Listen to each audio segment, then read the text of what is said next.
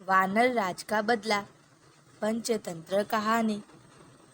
एक नगर के राजा चंद्र के पुत्रों को बंदरों से खेलने का बहुत ही शौक था। बंदरों का सरदार भी बड़ा चतुर था। वह सब बंदरों को नीति शास्त्र पढ़ाया करता था। सब बंदर उनकी आज्ञा का पालन करते थे। राजपुत्र भी उन बंदरों के सरदार वानर राज को बहुत मानते थे। उसी नगर के राजगृह में छोटे राजपुत्र के वाहन के लिए कई मेढ़े भी थे। उनमें से एक मेढ़ा बहुत लोभी था। वह जब भी चाहे तब रसोई में घुसकर सब कुछ खा लेता था। रसोइये उसे लकड़ी से मारकर बाहर निकाल देते थे। वानर राज ने जब यह कलह देखा तो वह चिंतित हो गए।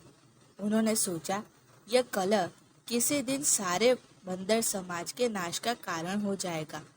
कारण यह कि जिस दिन कोई नौकर इस मेढ़े को जलती लकड़ी से मारेगा, उसी दिन यह मेढ़ा घुड़साल में घुसकर आग लगा देगा। इससे कई घोड़ों को चोट आएगी। जलन के घावों को भरने के लिए बंदरों को बुलाया जाएगा, उनका इस्तेमाल किया जाएगा। इतनी दूर की बात सोचने के बाद उन्होंने बंदरों को सलाह दी कि वे अभी से राजगृह का त्याग कर दें। किंतु उस समय बंदरों ने उनकी बात को नहीं सुना। राजगृह में उन्हें मीठे मीठे फल मिलते थे, उन्हें छोड़कर वे कैसे जाते। उन्होंने वानर राज से कहा कि बुढ़ापे के कारण तुम्हारी बुद्धि मंद पड़ गई है। हम राजपुत्र के प्रेम व्यवहार और अमृत समान मीठे फलों को छोड़कर जंगल में नहीं जाएंगे। वानर राज ने आंखों में आंसू भरकर कहा, मूर्खों, तुम इस श्लोक का परिणाम नहीं जानते। यह सुख तुम्हें महंगा पड़ेगा। यह कहकर वानर राज स्वयं राजगृह छोड़कर वन में चले गए। उनके जाने के बाद एक दिन वही बात हो गई जिससे वानर राज ने वानरों को सावधान किया था। एक लोभी मेढ़ा जब रसोई में गया तो नौकर ने जलती लकड़ी उस पर फेंकी। मेढ़े के बल जलने लगे। वहां से भागकर वह अश्वशाला में घुस गया। उनकी चिंगारियों से अश्वशाला भी जल गई। कुछ घोड़ों को बहुत ज्यादा चोट आई तो कुछ रस्सी तोड़कर शाला से भाग गए। तब राजा ने पशु चिकित्सा में एक डॉक्टर को बुलाया और उन्हें आग से जले घोड़ों की चिकित्सा करने के लिए कहा। डॉक्टर ने सलाह दी कि जले घावों पर हमें बंदर के बाल लगाने होंगे, उनका मरहम बनाना होगा। राजा ने मरहम बनाने के लिए सब बंदरों को एक जगह कैद किया और धीरे धीरे करके उनके शरीर के बाल लेने लगे, जिससे घोड़ों को अच्छी तरह से ठीक किया जाए। वानर राज को जब अपने वंशश्रेय का समाचार मिला तो वह बहुत दुखी हुए। उनके मन में राजा से बदला लेने की आग भड़क उठी। दिन रात वह इसी चिंता में घुलने लगी। आखिर उसे एक वन में ऐसा तालाब मिला जिसके किनारे मनुष्यों के पद चिन्ह थे। उन चिन्हों से मालूम होता था कि इस तालाब में जितने मनुष्य गए वो सब डूब गए, कोई वापस नहीं आया। वह समझ गए कि यहाँ अवश्य कोई नरभक्षी मगरमच्छ है। उनका पता लगाने के लिए उन्होंने एक उपाय किया।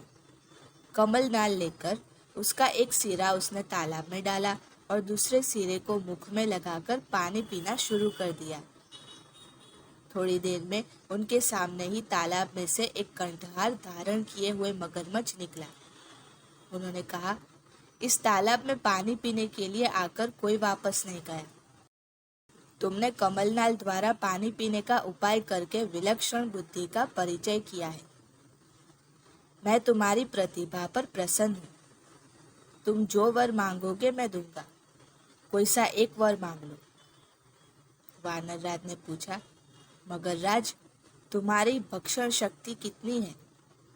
मगर राज बोले, जल में मैं सैकड़ों सहस्त्रों पशु या मनुष्यों को खत्म कर सकता हूँ, भूमि पर एक गिद्दड़ भी नहीं। वानर राज, एक राजा से मेरा वैर है। यदि तुम यह कंठार मुझे दे दो तो मैं उनके सारे परिवार को तालाब में लाकर तुम्हें दे सकता हूँ। मगर राज ने कंठार दे दिया। वानर राज कंठार पहनकर राजा के महल में चले गए। उस कंठार की चमक दमक से सारा राजमहल जगमगा उठा। राजा ने जब वह कंठार देखा तो पूछा, वानरराज, यह कंठार तुम्हें कहाँ से मिला? वानरराज, राजन, यहाँ से दूर वन में एक तालाब है। वह रविवार के दिन सुबह के समय जो गोता लगाएगा उसे वह कंठार मिल जाएगा। राजा ने इच्छा प्रकट की कि वह भी समस्त परिवार तथा दरबारियों समेत उस तालाब में जाकर स्नान करेंगे, जिससे सबको एक एक कंठार की प्राप्ति हो जाएगी। निश्चित दिन राजा समेत सभी लोग वानरराज के साथ तालाब पर पहुंच गए। किसी को यह न सूझा कि ऐसा कभी संभव नहीं हो सकता। सुबह होने पर सब लोग जलाशय में प्रवेश करने को तैयार हुए। वानरराज ने राजा से कहा, आप थोड़ा ठहर जाए, पहले और लोगों को कंठार लेने दीजिए। आप मेरे साथ जलाशय में प्रवेश कीजिएगा। हम ऐसे स्थान पर प्रवेश करेंगे जहाँ सबसे अधिक कंठार मिलेंगे। जितने लोग जलाशय में गए सब डूब गए, कोई ऊपर न आया। उन्हें देरी होते देख राजा ने चिंतित होकर वानरराज की ओर देखा। वानरराज तुरंत वृक्ष की ऊंची शाखा पर चढ़कर बोले, महाराज, तुम्हारे सब बंधु बांधवों को जलाशय में बैठे राक्षस ने खत्म कर लिया है। तुमने मेरे कुल का नाश किया था, मैंने तुम्हारे कुल नष्ट कर दिया। मुझे बदला लेना था, मैंने ले लिया। अब तुम जाओ, राजमहल को वापस चले जाओ। राजा क्रोध से पागल हो रहा था, किंतु अब कोई उपाय नहीं था। वानरराज ने उसके बाद राजा को बुलाया और उनसे कहा कि वो सिर्फ मजाक कर रहे थे। उनका परिवार बिल्कुल सुरक्षित है और नदी के उस पार एक छोटा सा घर है, वहाँ पे उनका परिवार है जो बिल्कुल ही सुरक्षित है। वानरराज ने कहा कि वो सिर्फ उन्हें एक सबक सिखाना चाहते थे कि आगे से वो किसी भी प्राणी या फिर किसी भी इंसान को इस प्रकार से अपने स्वार्थ के लिए परेशान ना करे। राजा ने जब यह सुना कि उनका परिवार सुरक्षित है तो उनका खुशी का कोई ठिकाना नहीं था। वे खुशी से झूमने और नाचने लगे और उन्होंने वानरराज को माफ़ी भी मांगी और उन्होंने कहा कि वो आगे से किसी भी प्राणी को या फिर किसी भी मनुष्य को कभी परेशान नहीं करेंगे। उसके बाद राजा अपने परिवार के साथ राज्य में चले गए और उन्होंने वानरराज से भी कहा कि आप भी हमारे साथ राज्य में चलिए। वानरराज ने भी हाँ कह दिया। तो दोस्तों, आई होप कि आपको ये कहानी पसंद आई हो। अगर आपको ये कहानी पसंद आई है तो प्लीज़ मेरी चैनल को सब्सक्राइब कर दीजिएगा, इस वीडियो को लाइक कर दीजिएगा और मेरी चैनल को सपोर्ट करना बिल्कुल भी मत भूलिएगा। तो मिलते हैं अगले वीडियो में, तब तक के लिए गुड बाय, जय श्री कृष्ण।